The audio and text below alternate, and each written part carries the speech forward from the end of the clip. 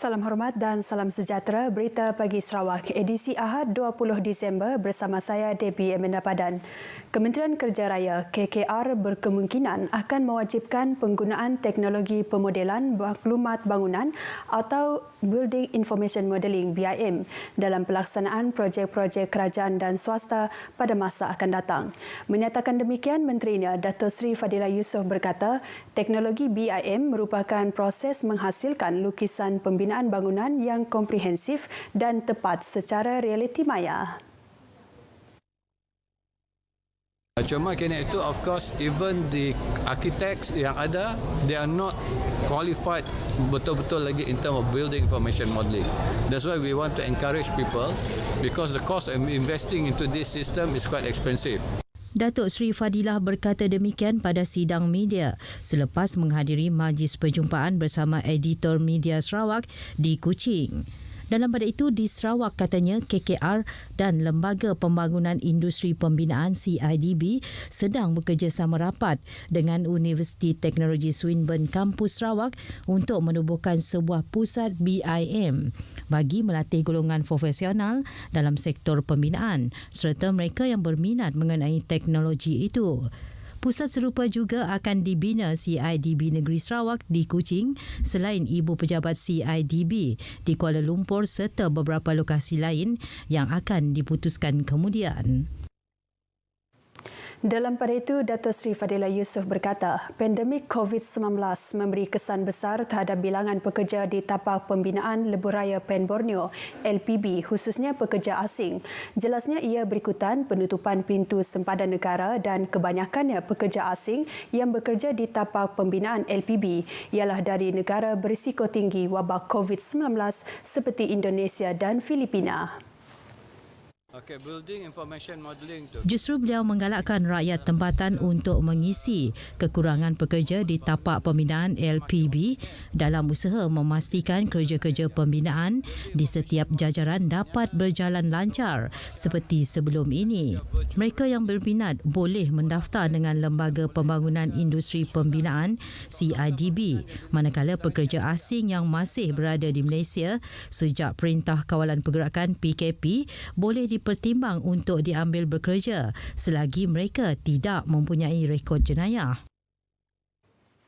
Peruntukan sebanyak RM6.9 juta diluluskan oleh Ketua Menteri untuk menaik taraf tebingan dalat.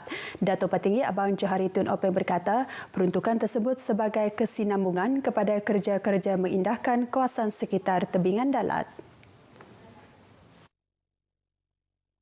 Katanya peruntukan RM1.9 juta akan digunakan untuk membina bumbung dengan reka bentuk dahan rumbia di sebelah kiri tebingan tersebut. Jadi kita pun lah sebelah ya waterfrontnya yang memberikan satu simbol rumbia yang menjadi hasil mahsul yang ada di kawasan ini.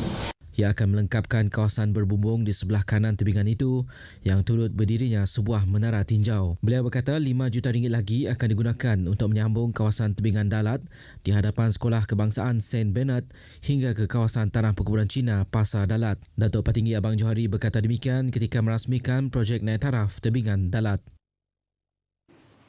Bancian Penduduk dan Perumahan Malaysia Banci 2020 hingga 2021 membantu kerajaan negeri merangka pelan pembangunan berdasarkan keperluan rakyat Sarawak khususnya di Lawas. Timbalan Ketua Menteri Dato' Amar Awang Tengah Ali Hassan menyatakan langkah itu membolehkan jumlah penduduk di sesuatu kawasan diketahui selain mendapat nilai status sosioekonomi penduduk bukan bertujuan bagi mengenakan cukai. Bagi tujuan itu, Dato' Amar Awang Tengah menyeru ketua-ketua masyarakat dan ketua kaum mengambil peranan masing-masing termasuk bertanggungjawab individu itu sendiri. Ini untuk kepentingan petani, daerah Lawas dan khususnya.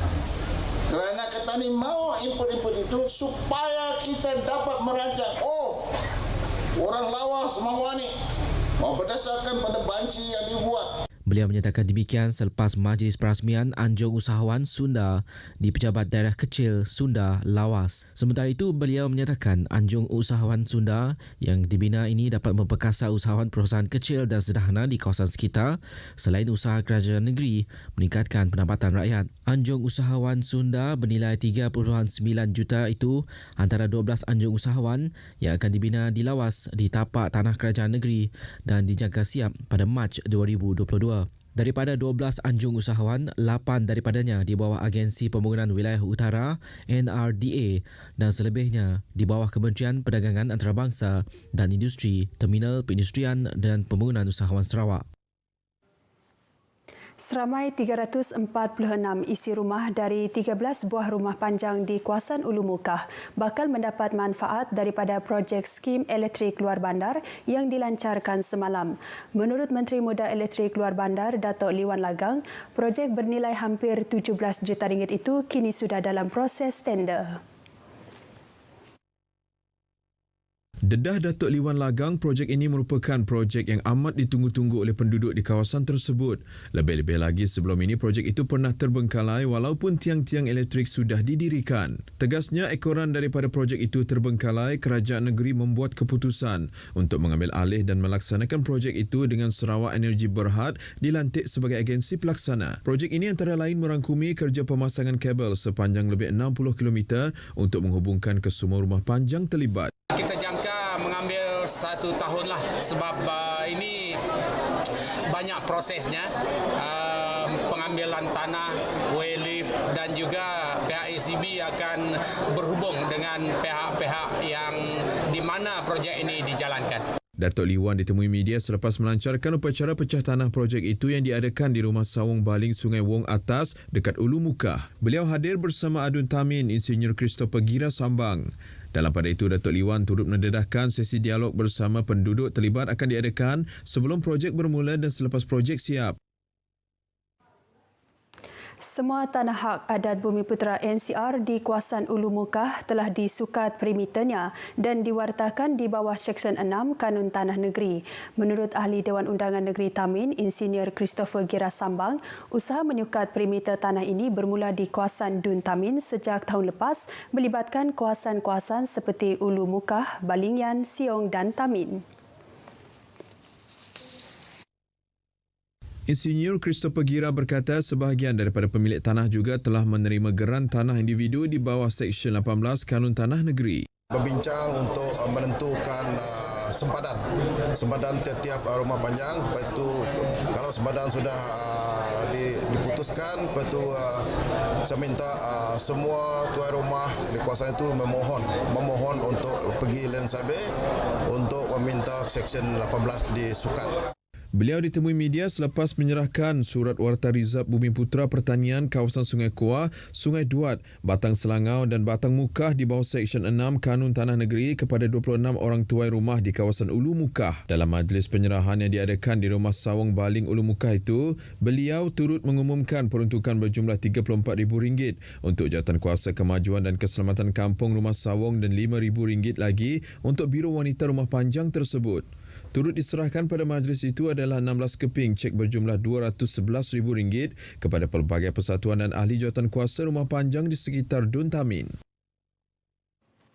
Penubuhan perpustakaan mini di Kampung Sampat Sebangan Subuyau dilihat dapat mempertingkat kemahiran bertutur dan menulis dalam bahasa Inggeris dalam kalangan anak-anak di kawasan berkenaan.